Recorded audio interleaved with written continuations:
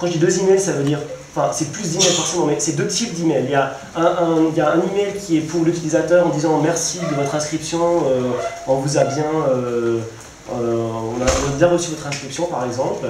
Et également pour la secrétaire qui reçoit un email en disant voilà, nouvelle personne inscrite, il faut maintenant faire quelque chose avec.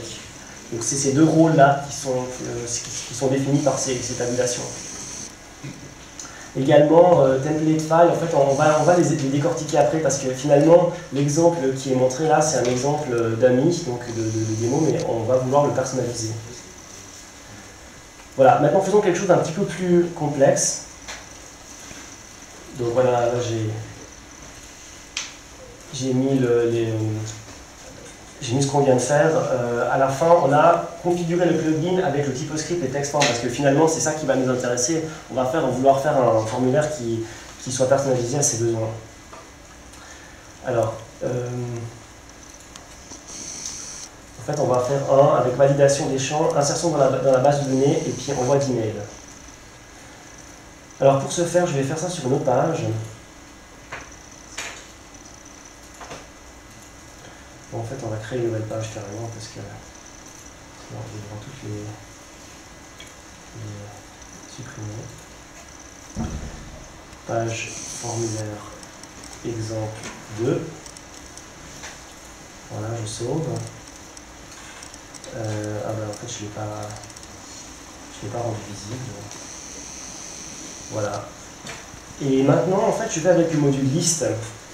Avec le module list et je vais créer un nouveau gabarit, un nouveau template typoscript parce que maintenant on va jouer vraiment avec le typoscript de manière intensive.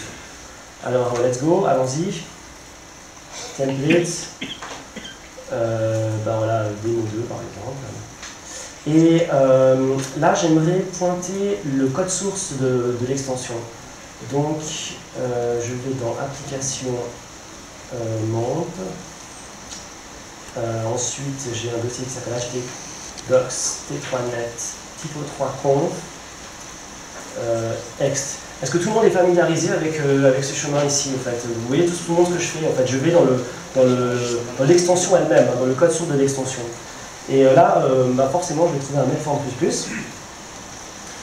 Et très intéressant à pointer, j'ai un dossier qui s'appelle exemple. Et là-dedans, j'ai, combien j'en compte? J'ai 6 exemples de formulaires qui sont déjà prêts à l'utilisation.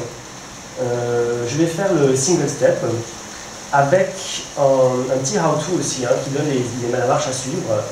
Bah, peut-être je vais l'ouvrir, juste pour voir voilà, donc effectivement là, en fait, on va faire ce qui est marqué dedans.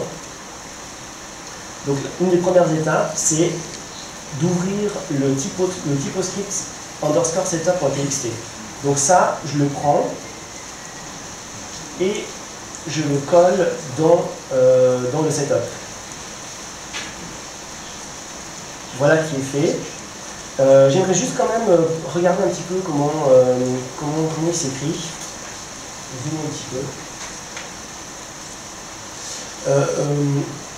Dans la première partie qui se trouve ici, j'ai des options plus générales en fait.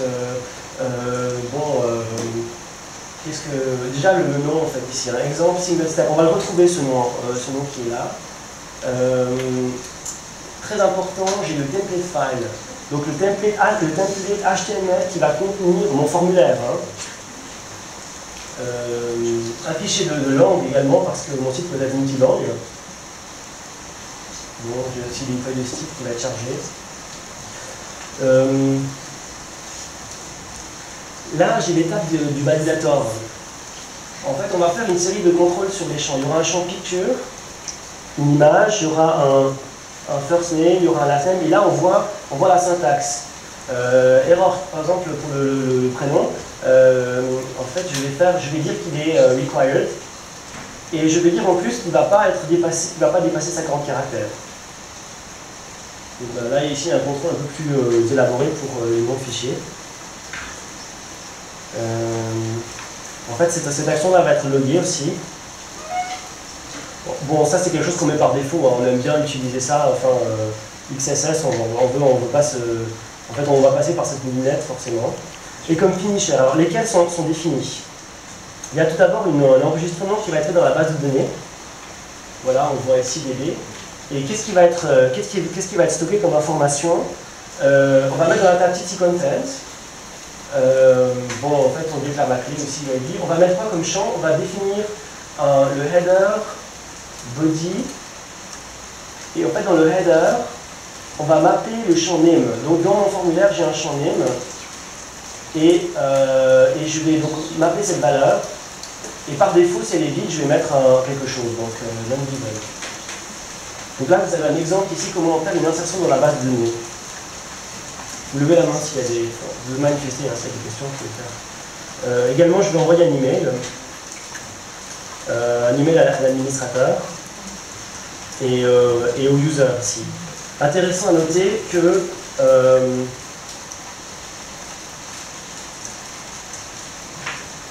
pour le user, voilà, tout email, ça va être un champ dynamique, hein, forcément, je ne sais pas l'adresse email de l'utilisateur. Donc email, ça va être le champ email. Voilà.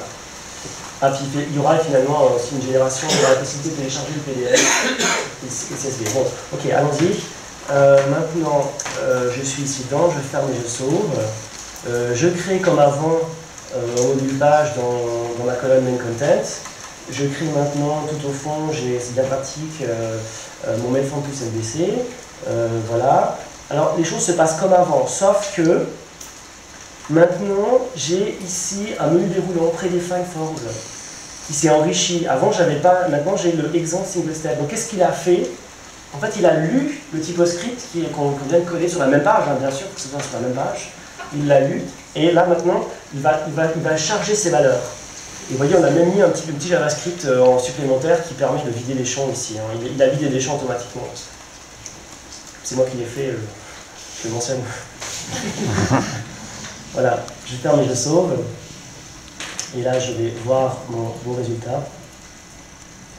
Et voilà, j'ai mon formulaire qui ressemble beaucoup à celui d'avant. Voilà, je clique sur scène, je vois qu'il a bien fait mes contrôles que j'attendais. Ok, je vais aller un petit peu plus vite pour